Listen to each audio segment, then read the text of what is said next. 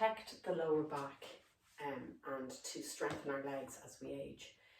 One exercise that you can do regularly is to come up into standing without using your hands and to sit back down into seats.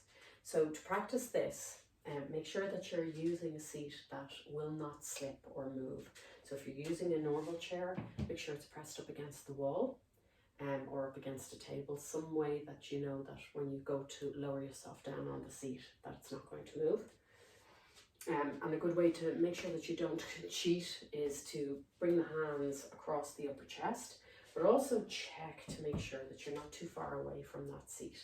So crossing the hands over the chest or reaching the arms out in front, bending the knees, check that your feet are a nice hip width distance apart, and that when you bend your knees are in line with the feet. So reaching the hands out, pushing the hips back, hovering the hips over the chair just for a moment. That helps to engage the muscles of the upper thighs, drawing in the belly, lifting up the chest, hover, and then come down to sit. As you come up out of the chair, make sure that the feet are forward far enough. If they're too far back, you're going to be out of balance and those knees are too far forward. So slide the feet forward, a nice hip width distance apart again. And as you rise, you're leaning forward again, trying not to use your hands to come up to stand. Bringing the hands across the chest, like even folding the arms or reaching the hands out, because I can do that counterbalance of the upper body to the lower body again.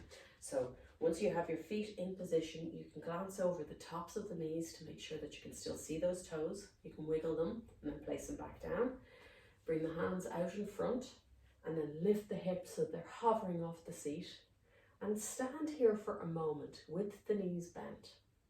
As you stand here, notice if you're clenching the glutes or the buttocks, if you can relax them, and notice that the thighs get really engaged. They start to switch on, and so they might feel like they're burning if you're standing here for a couple of moments. Breathing into it as best as you can.